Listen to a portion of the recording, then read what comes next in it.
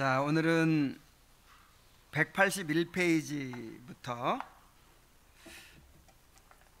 189페이지에 있는 내용을 함께 살펴보도록 하겠습니다.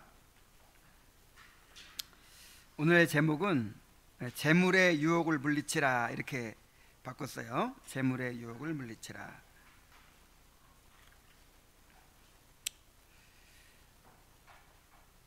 먼저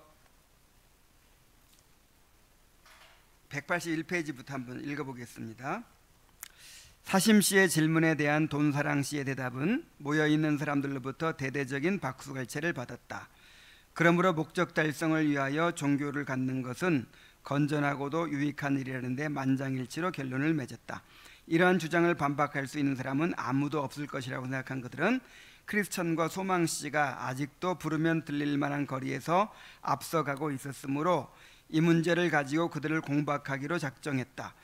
그들이 전에 사심씨의 말을 공박하고 반대했으므로 네 사람은 이들을 따라가 따져봐야겠다고 의견을 모았다. 그들이 함께 소리를 지르자 두 사람은 걸음을 멈추고 그들이 따라오기를 기다렸다.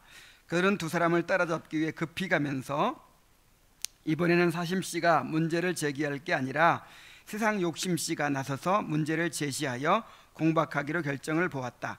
그 까닭은 조금 전에 사심씨와 두 사람은 말다툼을 하고 헤어졌기 때문에 사심씨가 또다시 문제를 끄집어내면 적개심에 남은 불꽃을 부채질할 우려가 있었기 때문이었다.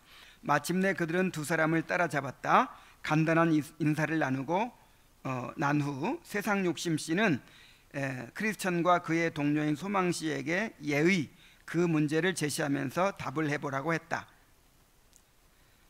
크리스천이 답을 합니다. 믿음이 있는 자라면 어린아이라도 그런 문제에 수만 개쯤은 대답하고도 남을 겁니다. 사람이 단지 빵을 얻기 위하여 예수님을 따르는 것조차 불법이라 하였거늘 예수님과 종교를 이용하여 현세의 쾌락과 유익을 얻는다는 것이 얼마나 혐오할 만한 일인가요?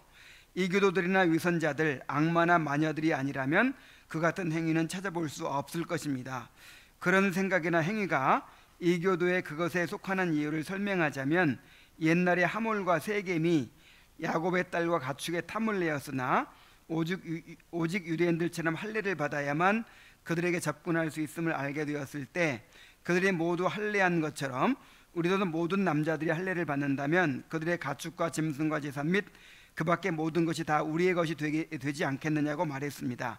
결국 그들은 야곱의 딸과 가축을 얻고자 하는 그들의 목적 달성을 위해서 종교를 하나의 방편으로 이용하고자 했지요. 그 다음에 어떻게 되었는지 더 알고 싶다면 성경을 펴들고 그 대목 전체를 읽어보십시오. 위선자들인 바리새인들도 역시 이런 유의 무리들이었지요. 그들이 드리는 장황하고 기나긴 기도는 짐짓 신앙을 가장하는 거칠에 불과했고 그들의 본래 목적은 과부의 집을 노리고 차지하는 데 있었습니다. 결국 하나님께서는 그들의 거짓되고 사악한 행위에 대한 심판으로서 다른 사람들보다 더 무거운 정죄 판결을 내리셨습니다. 마귀인 유다 역시 이런 식의 종교를 갖고 있던 사람이었습니다. 돈주머니를 얻으려고 예수님을 배반한 후 그 돈을 소유하려 했으나 결국 버림받고 내던져져서 영원한 지옥의 자식이 되고 말았지요. 마술사였던 시몬도 이런 식의 종교를 얻고자 했으나 돈을 벌기 위한 수단으로서 했기 때문에 베드로의 입으로부터 정죄 선고를 받은 것입니다. 이 세상의 부귀영화를 얻기 위해 종교를 믿는 자의 결국 이 세상의 부귀를 위하여 종교를 버리게 될 것입니다. 분명히 말하지만 유다는 이 생의 재물이 탐나서 종교를 믿었다가 결국 이 생의 재물을 위하여 그의 스승인 예수를 팔아 넘겼습니다. 그러므로 질문에 대한 대답을 당신들이 하던 것처럼 긍정적으로 받아들인다거나 옳다고 시인하는 것은 모두가 이교적이요 위선적이요 마귀적인 망상일 뿐만 아니라 그런 생각을 품고 행하는 자는 제각기 그 행한 바에 따라 정죄를 받게 될 것입니다. 이 말을 듣고 그들은 서로 얼굴만 쳐다볼 뿐 크리스천의 말에 어떻게 반박할지를 몰라 한동안 침묵이 흘렀다. 더구나 소망씨도 역시 크리스천의 대답을 묵인하니 더욱더 무거운 침묵이 흘렀다. 사심씨를 비롯한 그의 동료들은 머뭇거리면서 뒤에 남고 크리스천과 소망이 앞서 걸었다. 그러자 크리스천은 동료인 소망에게 이렇게 말했다. 저들이 사람의 선고에도 대꾸하지 못할진데 어찌 하나님의 선고에 맞설 수 있겠습니까? 한낱 질그릇에 불과한 저 같은 사람의 말에도 힘없이 입을 다무는 저들이 무시무시한 심판의 불길로 지책을 당하게 될 때 어찌 견딜 수 있겠습니까? 여기까지만 보겠습니다. 자, 오늘은 이 재물의 유혹을 물리치라는 제목으로 이제 이 내용을 살펴보려고 합니다. 우리 그리스도인들에게 가장 큰 시험이 무엇이겠어요? 바로 이 재물의 시험이에요. 이것은 돈이 많은 부자들에게만 있는 시험이 아닙니다. 너무 가난해도 이 돈에 대해서 시험을 받을 수밖에 없어요. 그래서 예수님께서는 산상수훈에서 이 돈을, 재물을 이 땅에 쌓기 위해서 그렇게 재물에 대한 욕심을 부리는 사람들에 대해서도 경계하셨고, 뿐만 아니라 너무 가난해서 앞으로 무엇을 먹고 살아야 되나 하는 그 두려움에 빠진 사람들에 대해서도 경계하셨어요. 여러분, 이게 똑같은 거라고 우리가 생각을 해야 됩니다. 돈을 더 많이 가지고자 하는 그런 욕심과 또 돈이 없는 것 때문에 너무 가난해서 미래에 대해서 두려워하는 그 두려움도 결국 이 돈 문제의 시험인 것은 사실이에요. 똑같은 거예요. 욕심을 부리는 것도 또 두려워하는 것도 성경에서 다 경계하고 있어요. 둘 다 돈을 우상으로 삼는 거예요. 이 돈 문제만큼 실제적으로 우리에게 시험이 되는 문제는 없습니다. 그래서 예수님께서도 예수님의 말씀을 분석해 보면 이 돈과 관련된 얘기를 가장 많이 하셨대요. 왜 그랬을까요? 사람들이 그만큼 돈 문제로 시험을 당하고 있기 때문입니다. 정말 이 돈 문제에 대해서 우리가 확실하게 믿음을 갖지 못하고 확실하게 시험을 이기지 못하면 우리 결코 순례자의 삶을 살 수가 없어요. 무엇보다도 이 돈 문제에 대해서 확실하게 믿음을 갖게 되기를 바랍니다. 자, 이 사심과 세 친구들이 이 땅에서 축복을 누리는 것을 위해서 하나님을 이용하고 신앙을 이용하는 것이 뭐가 잘못됐냐? 이것은 지극히 합당한 일이다 라고 이제 만장일치로 의견이 합해진 거예요. 그리고 누구도 여기에 대해서 반박할 수 없을 것이다. 너무 옳기 때문에. 그래서 우리가 앞서가는 크리스찬에게 쫓아가 가지고 한번 그 사람들을 꼼짝 못하게 하자 하고 이제 크리스찬에게 질문을 한 것입니다.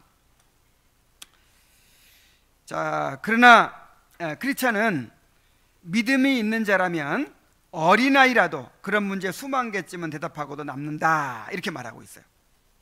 자, 믿음이 있는 자라면 누구라도 이건 뭐 어려운 문제가 아니다. 어린아이라도 얼마든지 대답해 줄 수 있는 문제다. 이게 무슨 말일까요? 자, 이러한 생각이 위선자들에게는 너무나도 이치에 맞는 것처럼 보이지만 거듭나서 참된 믿음을 가진 사람이라면 결코 이런 문제를 혼란스러워하지 않는다 이 말이죠. 왜냐하면 그들은 세상에 대하여 죽었고 하나님과 하나님께 속한 것들이 삶의 목적이 되었기 때문입니다. 우리가 거듭나기 전에는 이러한 번영신학에서 벗어날 수가 없어요. 이해가 안 돼요. 하나님을 잘 믿는 목적이 나도 모르는 사이에 이 땅에서 더 잘 살고 복을 누리는 것이 될 수밖에 없어요. 왜냐하면 내가 아직 죽지 않았기 때문에. 그러나 거듭나서 이 땅에 대하여 죽고 이 세상에 대하여 죽고 이제 하나님과 그 하나님께 속한 것들이 삶의 목적이 되고 나면 너무 명쾌해지는 것입니다. 아, 이런 것이 아니구나, 이런 것들이 신앙의 본질이 아니구나 하는 것들을 깨닫게 되죠. 그래서 어린아이라도 대답할 수 있다는 거예요. 자, 크리스천이 대답을 합니다. 사람이 단지 빵을 얻기 위해 예수님을 따르는 것조차도 불법이라 하였거늘. 그렇죠. 이게 무슨 얘기예요? 예수님께서 오병이어로 5,000명을 먹이셨죠. 자, 왜 먹이셨을까요? 그 목적이 뭘까요? 이건 표적이라고 해서 표적. 예수님께서 자기의 살과 피를 내어주심으로 사람들을 죄에서 구원하여 주신다는, 영생을 주신다고 하는 그 영생의 구주라고 하는 사실을 보여주는 표적이었어요. 이거는 뭐 사람들 불쌍해서 뭐 불쌍해서도 먹여줬지만 꼭 그 목적은 아니에요. 아니, 사람들 불쌍해서 먹여줄 것 같으면 그 당시에 굶주리는 사람 다 먹이고 다녀야지. 그리고 딱 그 한 번 먹이고 말았잖아요. 한두 번 먹이고 말았잖아요. 그러니까 사람들 배고픔을 해결해 주기 오신 분이 아니에요, 예수님이. 그죠? 오병이어의 기적이 단지 배고픔을 해결해 주기 위해서가 아니라, 이렇게 예수님께서 자신의 살과 피를 내어 주어서 사람들을 영생에 이르게 하는 분이다라는 것을 보여주는 표적이었단 말이에요.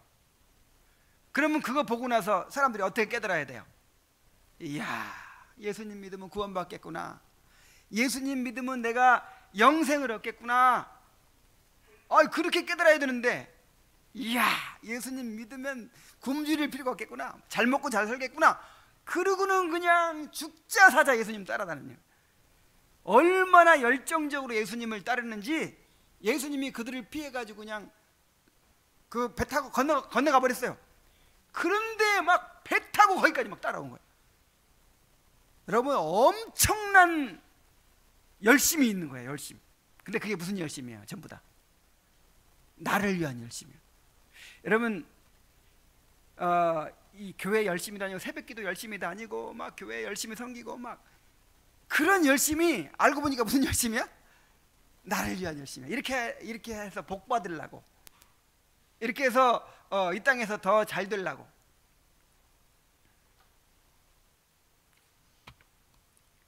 예수님께서 그걸 한탄하셨어요. 너희가 나를 따라온 것은 표적을 본 까닭이 아니요 떡을 먹은 연고로다. 썩을 양식을 위하여 이러지 말고 영생하도록 있는 양식을 위하여 일해라 그랬어요. 그래서 이 사람들은 지금 무엇을 위해 일하는 사람들이에요? 썩을 양식을 위해 일하는 사람들이에요. 썩을 양식을 위해. 예수님은 종교를 이용하여 현세의 쾌락과 유익을 얻는다는 것이 얼마나 혐오할 만한 일인지, 이교도들이나 위선자들, 악마나 마녀들이 아니라면 그 같은 행위를 찾아볼 수 없을 것이라고 했습니다. 그러면서 야곱의 가축대를 탐내어 할례를 받았던 세겜의 하몰이라든지 또 바리새인들이라든지 가룟 유다, 마술사 시몬, 이런 사람들의 예를 들고 있어요. 이 사람들이 하나같이 다 이 신앙을 자기들의 어떤 물질을 얻는 데 이용한 사람들이에요.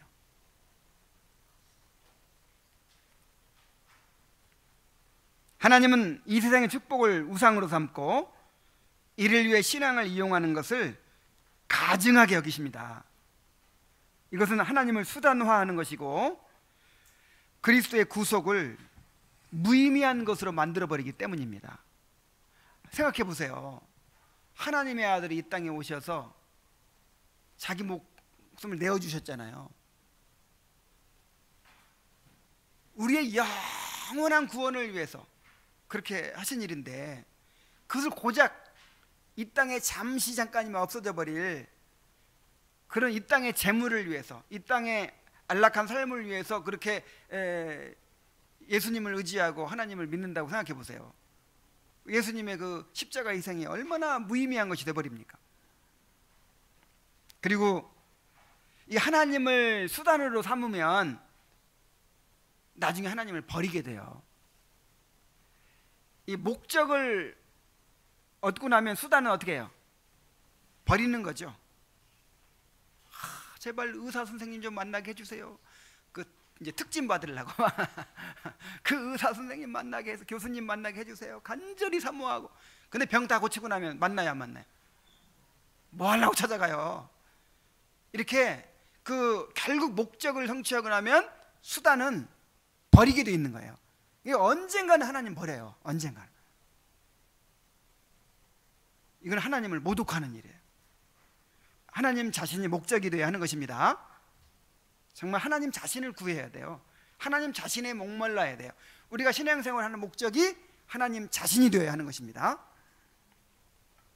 그래서 하나님 자신이 목적이기 때문에 그 하나님을 더 얻기 위해서, 하나님께서 주시는 복을 더 얻기 위해서 오히려 이 땅의 행복을 포기할 수도 있는 거예요. 오히려 이 땅에서 누리는 삶이 수단이에요. 수단. 하나님은 우리에게 영원하고 가장 영광스러운 것을 주시기 위해서 때때로 필요하면 이 땅에서의 행복을 희생시키기도 하십니다. 그것이 오히려 우리에게 더 큰 축복이에요.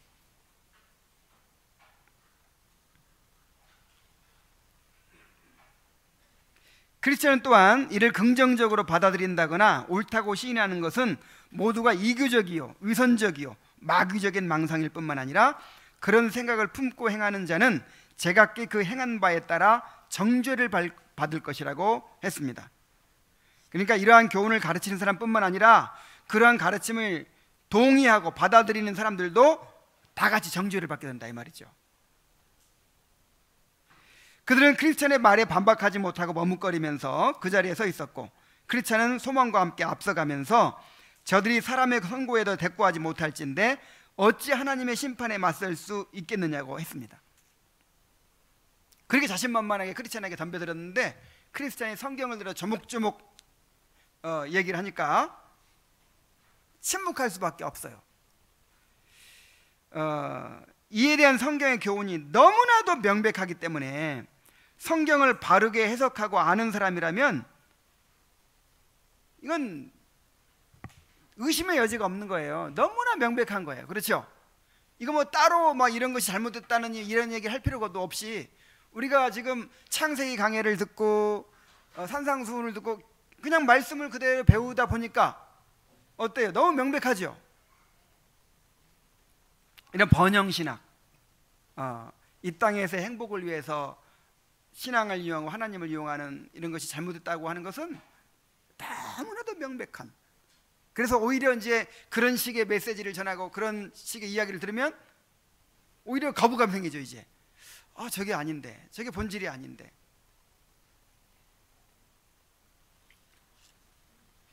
자, 이렇게 해서 이제 크리스천이 다시 소망과 함께 길을 계속 갑니다. 자, 또 183페이지 한번 봅시다. 사심시 일행보다 다시 앞서 걷게 된 크리스천과 소망은 안락이라고 불리는 멋진 평원에 이르렀다. 편안하고 기쁜 마음으로 평원을 걸어갔지만 초원이 너무 작은 탓에 그들은 그곳을 금세 지나가 버리고 말았다. 그 평원의 저편 끝에는 돈이라고 불리는 조그만 언덕이 있었는데 그곳에는 은광이 있었다. 전에도 이 길을 가던 사람들 중에는 더러는 희귀한 금속인 은을 보려고 옆길로 들어서서 은광의 입구까지 가까이 다가섰다가 그만 발밑에 디딘 땅이 꺼져버리는 바람에 죽임을 당하거나 혹은 불구자가 되어 평생을 고생스럽게 보내는 자들이 부지기수였다. 여기까지 봅시다. 자, 크리스천과 소망은 안락이라는 평원을 지나서 은광이 있는 돈이라는 언덕에 이르게 됩니다. 자, 안락이라는 평원을 지나 돈이라는 언덕. 자, 가보고 싶네요.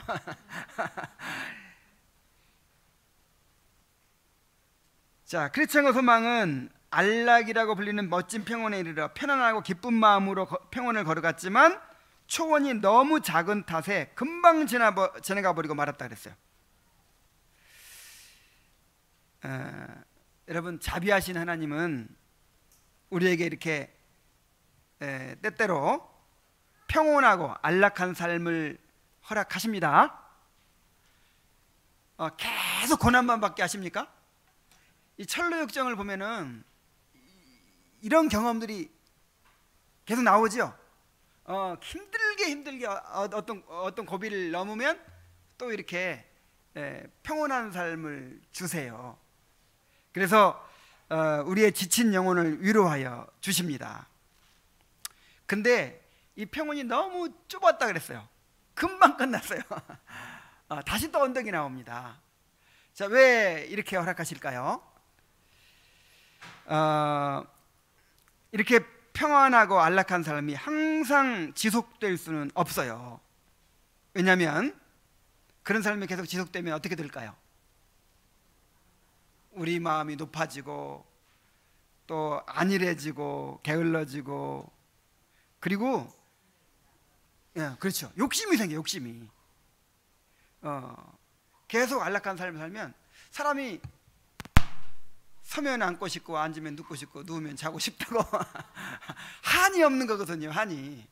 좋은 집 하나 주시면 처음에 이 집도 좋다고 막 했는데 막 또 집 이쁘게 꾸미고 하다 보면 너무 좁아.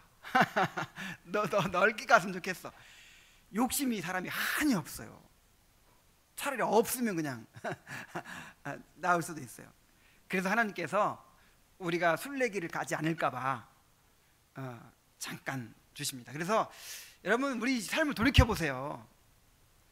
오르락 내리락 하죠. 올라갔다가 내려갔다가 그냥 산도 올라가게 만드시고 또 평지도 가게, 골짜기도 내려가게 하시고 항상 우리를 이렇게 변화무쌍하게 인도하십니다.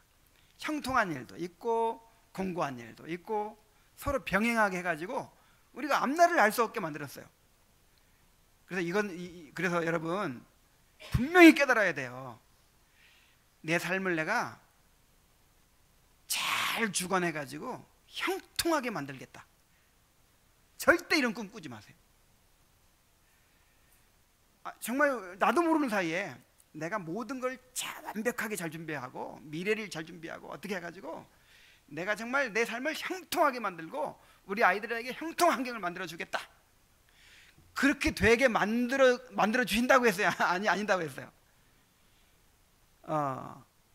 형통한 날에는 기뻐하고 공고한 날에는 생각하라.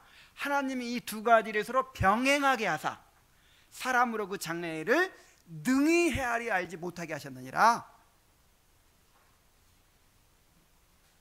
우리가 그거를 알 수도 없고 주관할 수도 없는 것이 하나님의 뜻이에요. 그래서 그거를 기대하고 자꾸 그것을 목적으로 삼고 그걸 기대하면 나도 모르는 사이에 그것을 이용해서 신앙생활을 하게 된다 이 말이죠. 나도 모르는 사이에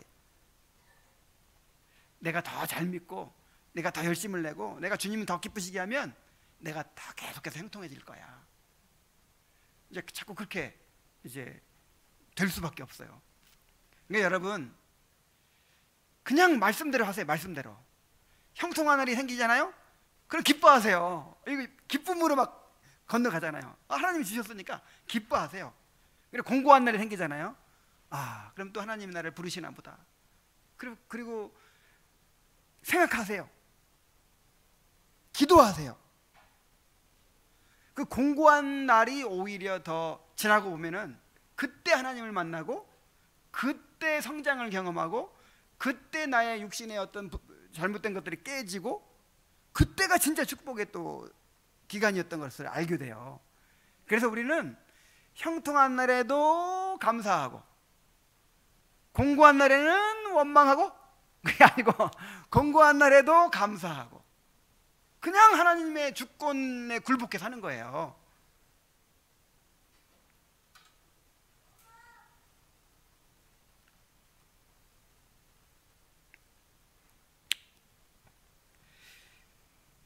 자, 그 평원의 저 끝에는 돈이라고 불리는 조그마한 언덕이 있었어요.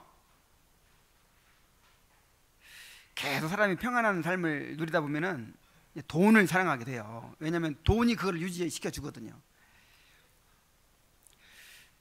그곳에는 은광이 있었어요.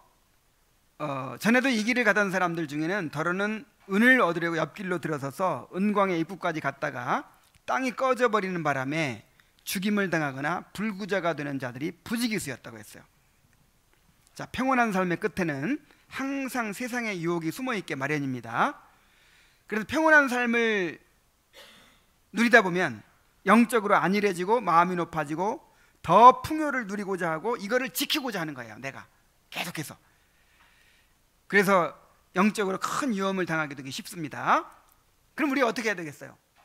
평온한 삶을 주실 때 애써 그냥 버려요. 그냥 버리지 말고 더 깨어 있는 거예요. 더 주셨으니까 그걸 누리되, 그리고 나눠야죠. 이제 누리고 나누고 더 드리고 하되 깨어 있어야 되죠. 그러니까 복을 받았을 때 더 깨어 있어야 됩니다. 그때가 위험하니까, 그때가 더 위험한 때니까 정말 나에게 하나님께서 평안한 삶을 주시고 풍요를 누리게 하실 때 더 기도 많이 하고 더 깨어 있어야 돼요. 그것을 또 하나님을 위해서 더 잘 사용해야 되겠죠. 자, 또 책을 한번 봅시다.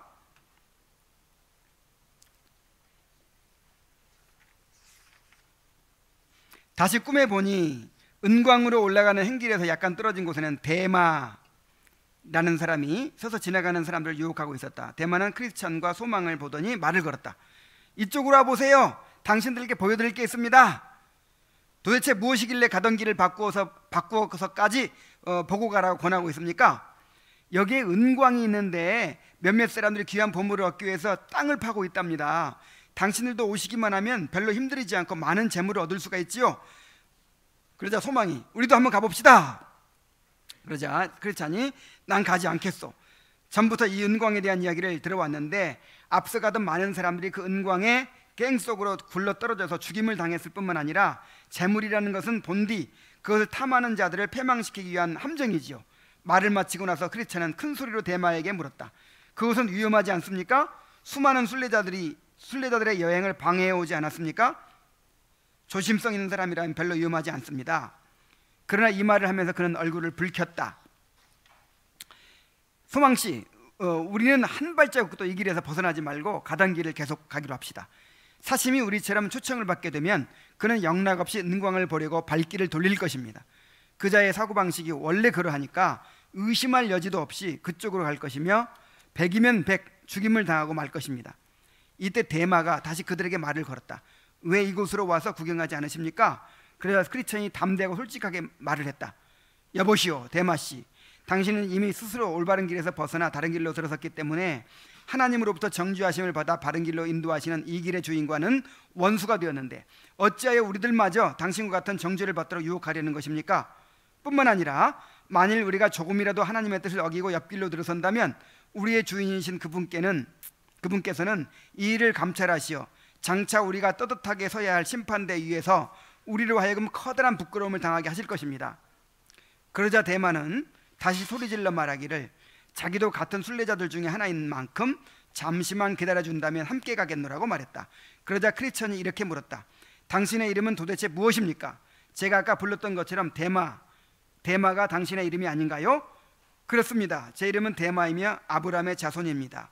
저는 당신을 잘 알고 있지요. 게하시가 당신의 증조부이고 유다가 당신의 아버지이며 당신도 또한 선조들의 발자취를 따라왔습니다. 당신이 하는 일은 마귀의 장난과도 같으며 당신의 아버지는 반역자로서 스스로 목매어 죽고 말았지만 당신도 그보다 나은 보상을 받을 가치가 없는 사람입니다. 우리가 하나님 앞에 서게 될 때에는 당신의 이러한 행동을 있는 그대로 고해드릴 테니 그리하십시오. 이렇게 말하고 나서 크리스천과 소망은 다시 갈 길을 재촉했다. 이 무렵 사심과 그의 일행이 이곳에 나타났는데 대마의 유혹을 받고 단번에 넘어간 그들은 주저하지 않고 은광 쪽으로 달려갔다. 그런데 그들이 갱의 언저리에서 내려다 보다가 그만 구덩이 속으로 빠지고 말았는지 혹은 은을 캐려고 갱 속으로 들어갔는지 구덩이 밑에서 쉴 새 없이 뿜어나오는 습한 독가스에 숨이 막혀 죽었는지 어쨌는지 확실히 알 수 없지만 다시 행길 위에 나타나지 않은 것은 확실한 일이었다. 그러자 크리스천은 노래를 불렀다. 사신과 대마는 서로 뜻이 맞아서 한쪽이 부르면 다른 한쪽이 달려간다네. 그들은 탐욕스러운 마음을 함께 나누다가 온갖 세상 영화에 빠져버린 탓으로 천국 향해 가는 길을 영영 떠나버렸다네. 자, 은광으로 올라가는 길에서 약간 떨어진 곳에는 데마라는 사람이 있어서 지나가는 사람들을 유혹하고 있었다고 했습니다. 자, 데마가 누구죠? 그 바울과 함께 선교 여행에 나섰다가 세상을 사랑하여 떠났던 사람. 그러니까 마음속에 이 세상을 향한 사랑을 버리지 못하고 있는 사람은요, 언젠가는 떠나게 돼 있어요.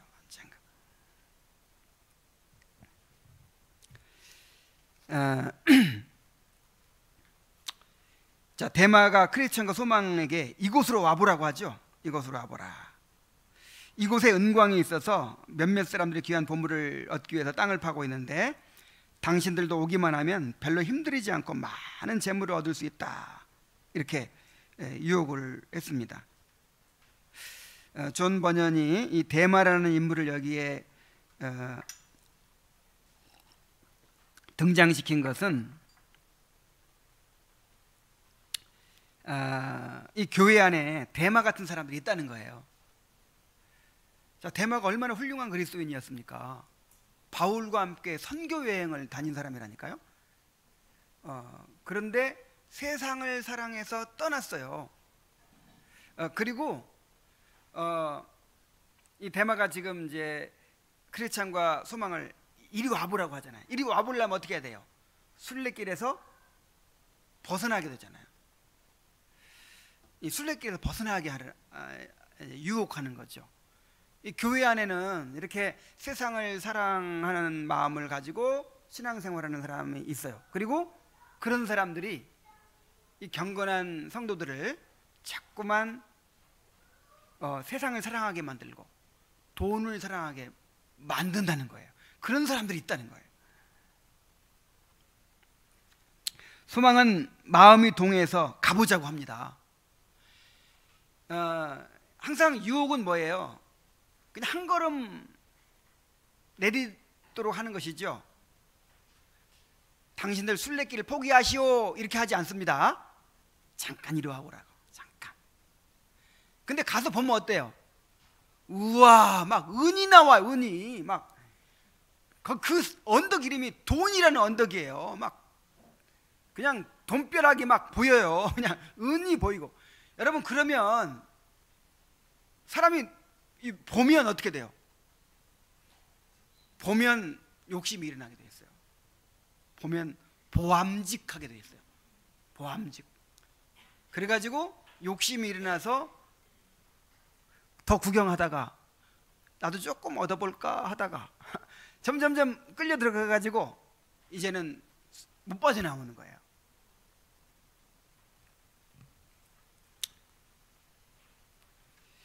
그래서 소망은 마음이 동해서 가보자고 했지만 크리스천은 많은 사람들이 이 은광이 깽속으로 굴러떨어져서 죽었으며 재물이라는 것은 본디 그걸 탐하는 자들을 패망시키기 위한 함정이라고 하면서 경계하였습니다. 은광을 구경하면 욕심이 생기게 되고 유혹에 빠질 수밖에 없기 때문에 크리스천이 구경하는 것조차도 경계하는 것입니다. 소망은 크리스천에 비해서 아직 영적인 경험이 많지 않기 때문에 데마 유혹에 쉽게 미혹되었습니다. 이때 크리스천의 도움으로 유혹을 면할 수 있었어요. 이렇게 세상과 재물의 유혹을 이기기 위해서는 끊임없이 가르침과 교제가 필요합니다.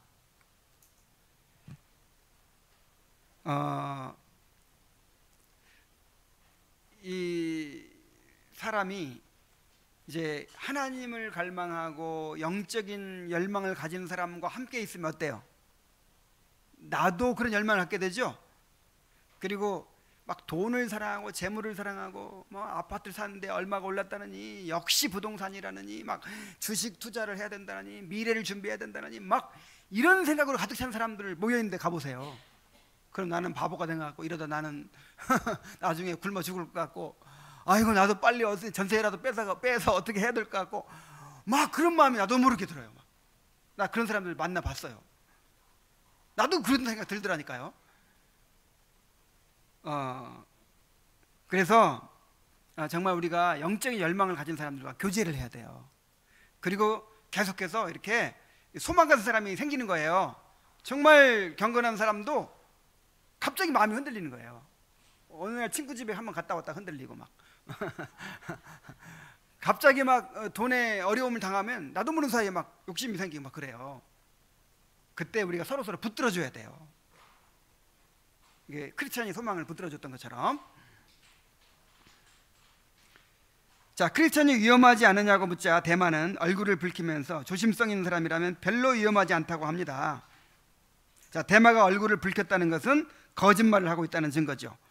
마귀는 언제나 위험을 감추고 달콤한 말로 성도를 유혹합니다. 자, 에덴 동산에서 하와를 유혹하던 거 보세요. 그 선악과 먹는 것이 얼마나 무서운 일입니까? 선악과를 먹으면 어떻게 돼요?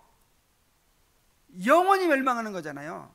자신뿐 아니라 온 인류가 멸망하는 그 엄청난 일인데 마귀가 그 얘기해요? 이거 먹으면 하나님처럼 지혜로워져 가지고 너희들이 하나님처럼 된다. 너무 달콤한 얘기만 해주는 거예요. 마귀의 유혹은 항상 이렇게 달콤해요. 그 속이 감춰진 위험은 속입니다. 감춥니다. 그러나 크리스찬은 소망에 우리는 한 발자국도 이 길에서 벗어나지 말고 가던 길을 계속 가자고 합니다. 크리스찬은 단지 구경하는 것만으로도 위험하다는 것을 알고 있었어요. 일단 보면 욕심이 생길 수밖에 없기 때문이죠. 그는 유혹에 대해서 어떤 틈도 주려고 하지 않았습니다. 정말 우리가 이 죄에 대해서 마귀의 유혹에 대해서 정말 단호한 태도를 취해야 돼요.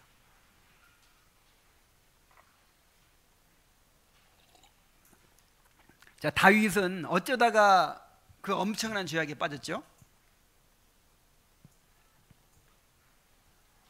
여러분, 시작이 뭐예요? 시작이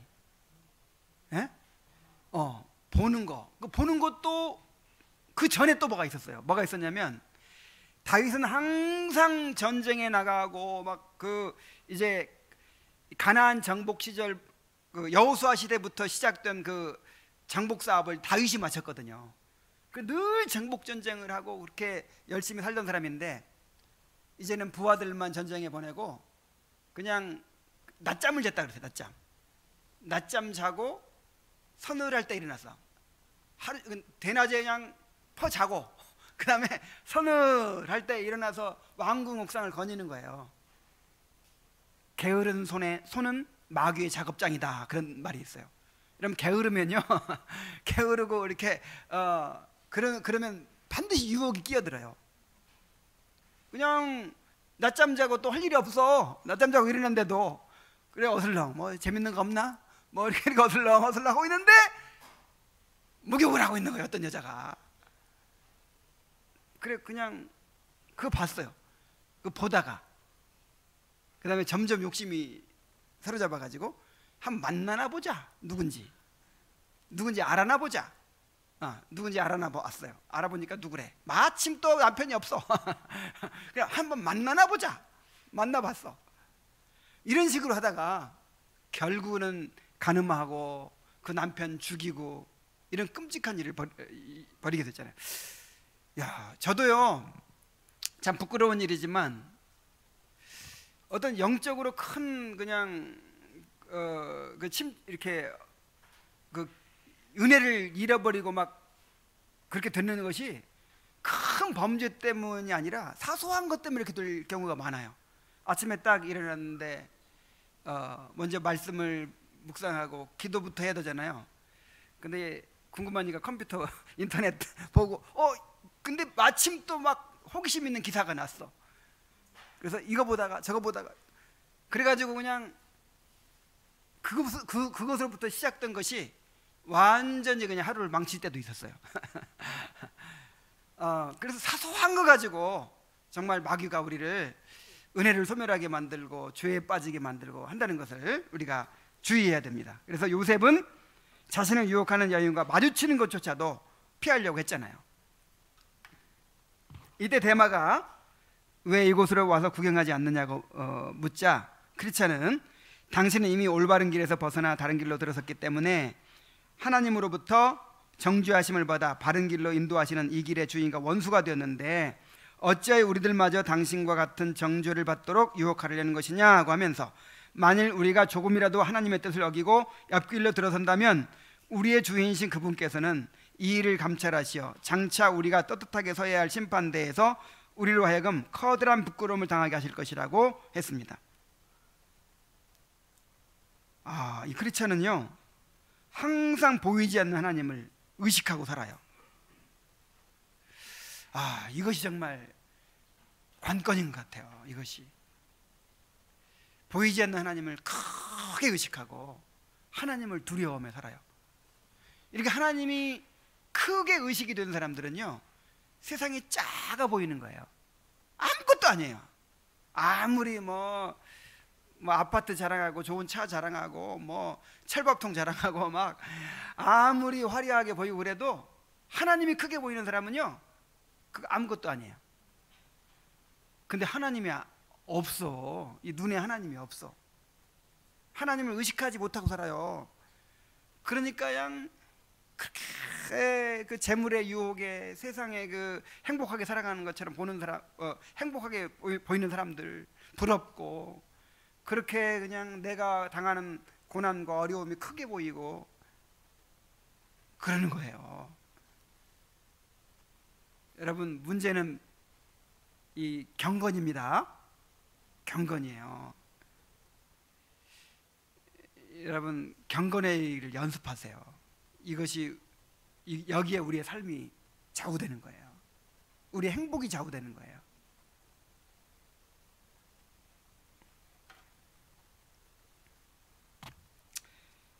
자, 그러자 대만은 자기도 같은 순례자 중에 하나라고 하면서 잠시만 기다려준다면 함께 가겠노라고 합니다. 그는 자기가 아브라함의 자손이라고 합니다. 이것은 진정으로 순례의 길을 가고자 함이 아니라 크리스찬과 소망을 붙잡아 두려는 술책이었죠. 자, 그러자 크리스찬은 데마에게 당신은 게하시나 유다와 같은 족속이며 게하시가 문둥병의 심판을 받고 유다가 목매어 죽은 것처럼 당신도 무서운 심판을 받게 될 것이라 경고하고 소문과 함께 가던 길을 재촉했습니다.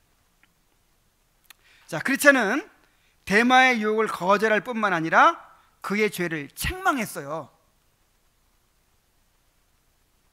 여러분, 이 다른 사람의 죄를 우리 함부로 막 정죄하고 판단하고 정죄하고 그래서는 안 되겠지만, 다른 사람의 죄를 책망할 줄 아는 사람이 되어야 되는 거예요. 여러분, 책망 아무나 합니까? 내가 바로 서 있지 않으면 책망할 수 없어요. 그렇죠? 나도 자신 없고 나도 부족한데 어떻게 책망해요? 내가 확신을 가지고 있고 내가 분명하게 태도를 취하고 있으면요 책망할 수 있어요. 여러분, 책망할 수 있는 사람 되십시오. 에베소 5장 11절에 그렇게 말했어요. 우리 함께 읽어봅시다. 시작. 너희는 열매 없는 어두움의 일에 참여하지 말고 도리어 책망하라. 우리 공동체 안에서도요 정말 형제를 책망해 줄 수 있는 사람이 되세요. 책망을 해줄 수 있다는 것은 내가 그만큼 확신 가운데 배우고 확신한 일에 거하고 있다는 뜻이고, 그 다음에 그 사람을 사랑하고 있다는 거잖아요. 서로 책망해 줍시다. 자, 이 무렵 사심 일행이 이곳에 나타났는데 데마의 유혹을 받고 단번에 넘어가서 은광으로 가서는 어떻게 되었는지 다시는 순례의 길에 나타나지 않았습니다. 영적으로 죽은 거죠. 이제 그 사람은 이제 영원한 멸망의 길로 간 거죠. 크리스천이 이렇게 노래를 불러요. 사심과 대만은 서로 뜻이 맞아서 한쪽이 부르면 다른 한쪽이 달려간다네. 그들은 탐욕스러운 마음을 함께 나누다가 온갖 세상 영화에 빠져버린 탓으로 천국을 향해 가는 길을 영영 떠나버렸네. 그래서 세상에 대한 사랑을 버리지 못하고 두 마음을 품고 있는 자들은 결국 이렇게 시험에 넘어가게 되어 있어요. 대마처럼. 그러므로 우리 안에 있는 세상에 대한 욕심을 철저하게 십자가에 못 박아야 될 줄로 믿습니다. 자, 이제 186페이지를 한번 또 읽어봅시다. 꿈에 보니 평원의 바로 맞은편에 두 순례자가 이르게 되었는데 행길의 바로 옆에 꽤 오래된 비석이 하나 서 있었다. 두 순례자는 비석의 모양이 이상스럽게 생겨서 마음이 끌리게 되었다. 그 비석은 마치 한 여인이 돌기둥으로 변한 것 같은 모습을 하고 있었다. 그들은 한참 동안 비석 앞에 서서 유심히 들여다보았으나 그게 무엇인지 확실하게 알 수 없었다. 마침내 소망이 그 비석의 머리에 이상한 문체로 쓰여진 글귀를 발견했는데 어느 학자가 아닌 이상 그 뜻을 헤아릴 수 없었으므로 학문이 있는 크리스찬을 불러 그 글귀의 의미가 무엇인지 풀어달라고 부탁했다. 글자들을 맞추어 보며 한동안 조심스럽게 살펴보던 크리스찬은 그 글귀가 로세처를 기억하라는 말임을 깨닫고는 그것을 동료인 소망에게 읽어주었다. 그들이 이 소금 기둥이야말로 롯의 아내가 멸망이 임박한 소돔으로부터 화를 피하려고 성을 빠져나올 때 두고 온 재물에 대한 탐욕스러운 마음을 버리지 못하고 뒤를 돌아보다가 그만 소금 기둥이 된 유적임에 틀림없다고 결론을 내렸다. 뜻밖에도 놀라운 광경을 보게 된 그들은 다음과 같은 이야기를 주고받았다. 아, 형제여, 참 적절한 시기에 이것을 보게 되었군요. 대마가 은광을 보러 오라고 우리를 유혹한 후에 때맞춰 이것을 발견했으니 말입니다. 만일 대마의 유혹에 당신이 끌렸던 것처럼 우리가 그곳으로 갔더라면 우리도 정녕 이 여인처럼 기둥으로 남아서 뒤에 오는 사람들의 구경거리가 되었을 것입니다. 제가 그토록 어리석었던 것이 참으로 유감스럽군요. 하마터면 저도 롯의 아내처럼 될 뻔했는데 이렇게 벗어나게 되었으니 무척 다행스러운 일입니다. 솔직히 말해서 그녀의 죄와 제가 저지른 죄는 별 차이가 없지 않습니까? 그녀는 뒤를 돌아보았을 따름이고 전 가서 보고 싶어 했으니까요. 무한하신 하나님의 은혜를 찬양할 일이 오나 일찍이 그런 생각이 제 마음속에 들어있었음은 참으로 부끄러운 일입니다. 우리가 여기에서 본 것을 마음속에서 잘 명심하여 장차 다가올 앞날에 도움이 되도록 하십시다. 이 여인은 소돔의 멸망이라는 심판은 벗어날 수 있었으나 마음속의 탐욕으로 인한 또 다른 심판에 의해 벌을 받게 된 것이지요. 과연 옳은 말씀이십니다. 이 여인은 우리 두 사람에게 경고와 번복이가 될 것입니다. 경고라 함은 이 여인이 저지른 죄와 같은 죄를 범하지 않도록 경계하라는 것이요, 번복이라 함은 이러한 범죄를 예방하지 못하는 경우에는 형벌이 내려진다는 것을 보여주는 심판의 표시라는 점이지요. 이와 마찬가지로 고라와 다단과 아비람과 그들을 따르던 250여 명이 그들의 죄로 말미암아 멸망을 당했는데 이것도 역시 후세 사람들의 경고를 줄 수 있는 표적과 본보기가 될 것입니다. 그런데 무엇보다도 한 가지 생각에 잠기게 하는 의문점이 있군요. 재물을 탐내던 한 여인이 단지 뒤를 돌아본 것만으로도 성경을 읽어보면 그녀는 가던 길에서 단 한 발자국도 옆길로 벗어나지 않았습니다. 소금 기둥으로 변하는 심판을 받았고 조금만 눈을 들어 바라보면 어쩔 수 없이 그 여인에 대한 심판의 본보기가 보일 정도로 가까운 거리에 있는데 대마와 그 일당들은 어떻게 그렇게 당당하고 태연한 모습으로 재물을 탐하면서 행인들을 유혹하고 있는지 이해가 안 되는군요. 그것은 참 이상한 일입니다. 그러나 그것은 그들이 이미 자포자기했다는 뜻이 아닐까요? 그들을 무엇에 비유하면 적합할까요? 재판관 앞에서 소매치기 하고 교수대 아래서 남의 지갑을 훔치는 자들과 같았겠지요. 소돔 사람들은 악하여 하나님 앞에 큰 죄인이었다고 하지요. 그들을 그렇게 부르는 것은 하나님이 소돔 땅을 에덴 동산과 같은 곳으로 만들어 주셨는데도 불구하고 하나님께 죄를 지은 까닭입니다. 그래서 이것이 하나님의 진노를 크게 유발시켜 하늘에서 가장 뜨거운 불의 형벌이 내리게 된 것입니다. 따라서 하나님의 목전에서까지 범죄하는 자들, 또 그 본보기들이 바로 그들 앞에서 경고를 하는데도 불구하고 계속 범죄하는 자들은 가장 가혹한 심판을 받게 될 것입니다. 맞습니다. 우리들, 특별히 제가 이런 본보기가 되지 않았다는 것은 하나님의 크신 자비입니다. 이것은 우리로 하여금 하나님께 감사를 드리게 하고 그분을 두려워하게 하며 항상 롯의 아내를 기억하게 합니다. 자, 크리스천과 소망은 평원의 맞은편에 이르러 오래된 비석을 하나 발견하게 되는데 그 비석에는 롯의 철을 기억하라는 글귀가 있었어요. 그러니까 그 비석이 무엇이었습니까? 소금 기둥이 된 롯의 처였어요. 자, 크리스천은 참 적절한 시기에 이것을 보게 되었다고 하면서 만일 이 소망이 대마의 유혹에 끌렸던 것처럼 두 사람이 유혹에 끌려서 그곳으로 갔더라면 둘 다 이 여인처럼 되었을 것이라고 했습니다. 자, 은광의 유혹을 벗어났는데도 다시 소금 기둥이 된 롯의 아내를 하나님께서 보여주신 거예요. 자, 왜 보여주셨을까요? 그만큼 이 세상의 유혹이, 이 재물의 유혹이 끈질기고 강하다는 것을 보여주는 것입니다. 우리가 그만큼 세상의 유혹에 흔들리기 쉬운 존재임을 보여준 거예요. 그래서 너희들도 만일 그 재물의 유혹에 빠지면 이렇게 된다 하는 것을 이제 경고하는 것이죠. 소망은 자신이 잠시 끌렸던 것을 부끄러워하면서 이 여인의 죄나 자신의 죄나 다름이 없다고 했습니다.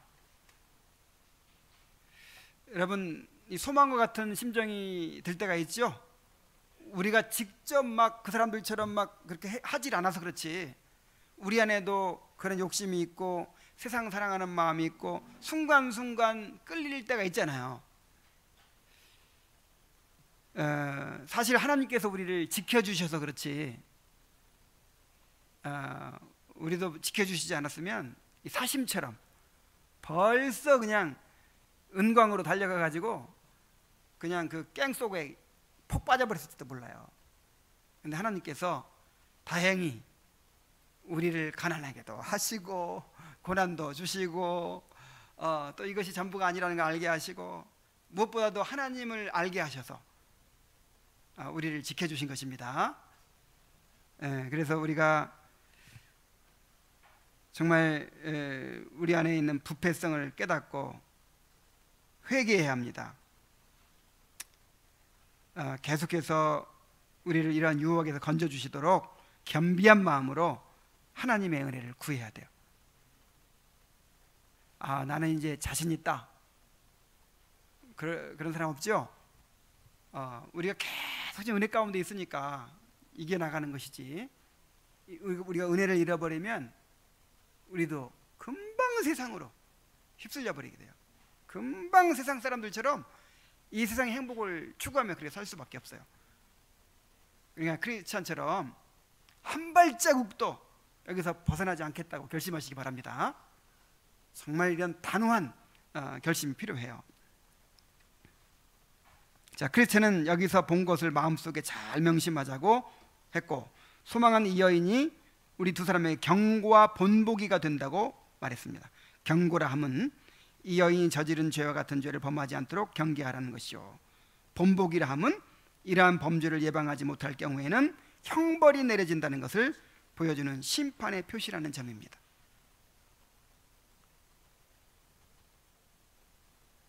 그래서 하나님께서 우리에게 이 롯의 철을 기억하라 하고 경계하고 계시죠. 롯의 철을 기억하라. 그리고 많은 유혹에 빠진다면 롯의 철처럼 형벌을 받게 될 것이다, 이렇게 우리를 경고해 주고 계시는 거예요. 근데 소망은 한 가지 의문을 제기합니다. 이 여인은 단지 뒤를 돌아본 것만으로도 소금 기둥으로 변했는데, 그리고 그 본보기가 이렇게 가까이 있는데 대마와 그 일당들은 어떻게 그렇게 당당하고 태연한 모습으로 재물을 탐하면서 행인들을 유혹하고 있는지 이해가 안 된다는 것입니다.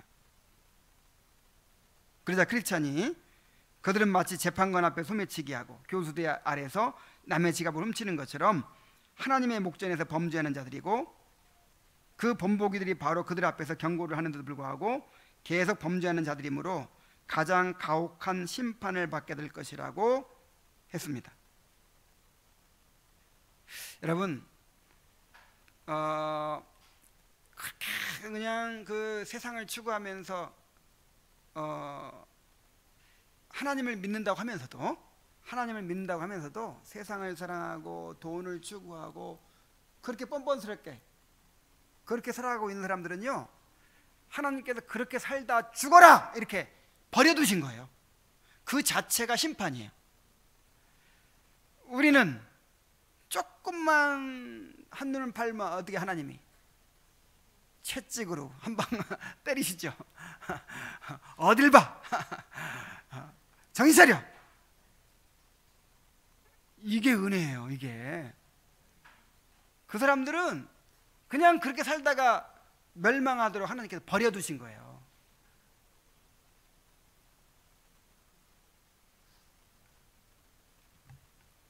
그 자체가 하나님의 심판입니다.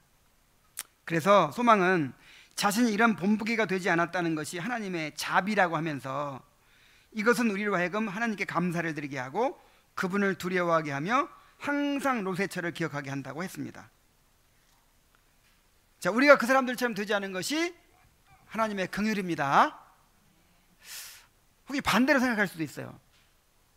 그 사람처럼 되지 못한 걸 부러워할 수도 있어. 왜 저 사람들은 저렇게 잘 살고 저렇게 그렇게 맨날 여행 다니고 맨날 좋은 집에서 그냥 먹고 싶은 거 다 먹고 하고 싶은 거 다 하고 그렇게 사는데 나는 왜 이렇게 쪼들리고 하고 싶은 거 못하고 이렇게 사는가? 이게 부러워하는 마음 가지면 안 돼요. 반대로 어떤 마음 가져야 돼요? 감사하는 마음 가져야 돼요.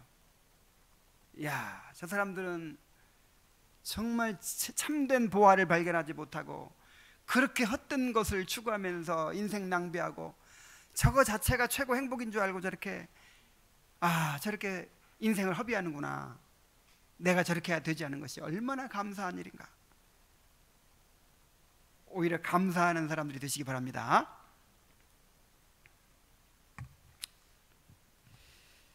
이제 이거 결론을 맺으면서 이 재물에 대한 주님의 교훈들을 몇 구절 함께 살펴보도록 하겠습니다. 우리 주님께서는 이렇게 말씀하셨어요. 마태복음 6장 24절 함께 읽어봅시다. 시작. 한 사람이 두 주인을 섬기지 못할 것이니 혹 이를 미워하고 저를 사랑하거나 혹 이를 중히 여기고 저를 경히 여김이라. 너희가 하나님과 재물을 겸하여 섬기지 못하느니라. 여러분 이것을 명심하시기 바랍니다. 돈이 우리 마음을 차지하고 있으면 그것이 욕심이든 두려움이든 돈에 대한 욕심이든 돈 때문에 두려워하는 것이든 이 돈이 우리 마음을 차지하고 있을 때는 돈이 하나님인 거예요. 절대로 돈과 하나님을 함께 섬길 수 없다 그랬어요. 이 돈에 대한 욕심이 가득하면서 아니면 돈에 대한 그 염려로 가득하면서 내가 동시에 하나님을 섬길 수는 없어요. 그런데 자꾸만 같이 섬길 수 있다고 하니까 이게 거짓말인 거예요. 마귀의 속임을 쓴 거예요. 절대로 정말 하나님이 우리 마음을 온전히 차지하셔야 됩니다. 또 누가복음 21장 34절을 한번 읽어봅시다. 자, 시작. 너희는 스스로 조심하라. 그렇지 않으면 방탕함과 술취함과 생활의 염려로 마음이 둔하여지고 뜻밖의 그날이 덫과 같이 너희에게 임하리라. 방탕함과 술취함만이 아니라 생활의 염려. 여러분 생활의 염려가 여러분의 마음을 사로잡지 않도록 하세요. 이것도 재물에 대한 욕심과 똑같은 거라고 그랬죠. 그러면 이제 우리의 영혼이 둔하여진다 그랬어요. 무뎌진다 그랬어요. 하나님과 멀어질 수밖에 없어요. 염려를 맡기시기 바랍니다. 자, 골로새 3장 5절 다 같이 시작. 그러므로 땅에 있는 지체를 죽이라. 곧 음란과 부정과 사욕과 악한 정욕과 탐심이니 탐심은 우상 숭배니라. 자, 재물에 대해서 탐심을 갖는 거, 탐욕을 갖는 거. 탐심의 반대가 뭐예요? 탐심을 안 갖는 거. 그것이 아니고 자족하는 거죠. 정말 지금 현재 상태로 만족하십니까? 조금 더 있어야 행복하겠어요? 나는 지금 현재 주신 것만으로도 만족합니다. 이렇게 자족하는 마음을 가져야 돼요. 자족하는 비천에 처할 줄도 알고 풍부에 처할 줄도 알고 원룸에서도 행복할 줄 알고 쓰리룸에서도 행복할 줄 알고 월세집에서도 행복할 줄 알고 뭐 맨션 아파트에서 행복할 줄도 그서도 행복할 수도 있고 이렇게 자족하는 마음을 가져야 돼요. 그래서 우리가 하나님께 달라고 구할 때도 나는 여기서는 행복할 수 없어요. 하나님 이걸 주셔야만 행복할 수 있겠어. 이렇게 달라고 하면 안 돼요. 내가 주님을 위해서 뭐 아이들도 키우고 또 사람들도 대접하고 뭔가 그렇게 하기 위해서 좋은 집이 필요합니다. 이렇게 구하세요. 이것 때문에 나는 이렇게 주시지 않으면 행복할 수 없어요 하고 구하는 거는 이건 잘못된 거예요. 이건 자족하는 마음을 잃어버린 거죠. 탐심이에요. 탐심은 우상숭배입니다. 그러면 야고보서 4장 8절 또 같이 읽어봅시다. 시작. 하나님을 가까이 하라. 그리하면 너희를 가까이 하시리라. 죄인들아 손을 깨끗하게 하라. 두 마음을 품은 자들아 마음을 성결하게 하라. 우리의 만일 세상을 사랑하는 마음, 또 재물을 탐하는 마음, 이런 마음들이 우리에게 조금씩 남아있죠. 이런 것들을 철저하게 내어버리시기 바랍니다. 두 마음을 품는다는 것은 간음이에요. 간음. 언젠가 이것이 마음에 품고 있는 것이 나중에 이제 드러나요. 대마처럼 나중에 어떤 이제 시험 가운데 그것이 드러납니다. 철저하게 우리 마음속에 탐심을 제거하고 세상을 사랑하는 마음을 버리게 되기를 바랍니다. 기도하겠습니다. 하나님 아버지, 오늘 철로 역정을 통해서 재물의 유혹을 또 경계할 수 있도록 가르쳐 주셔서 감사드립니다.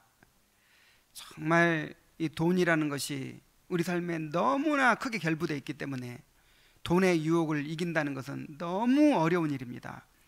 아버지 하나님, 우리가 하나님을 크게 바라보지 않으면, 정말 하나님을 신뢰하고 또 하나님을 즐거움으로 삼지 않으면, 그래서 현재의 삶에 자족할 줄 모른다면, 우리의 미래의 삶을 하나님께 맡길 줄 모른다면 우리가 이 시험을 이겨낼 수 없습니다. 아버지 하나님, 우리를 불쌍히 여기셔서 참으로 이 재물에 대한 유혹과 시험을 이겨낼 수 있도록 인도하여 주시옵소서.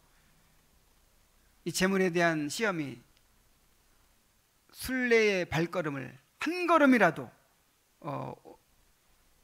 벗어나게 하지 않도록 우리가 잘 지켜나갈 수 있도록 인도하여 주시옵소서.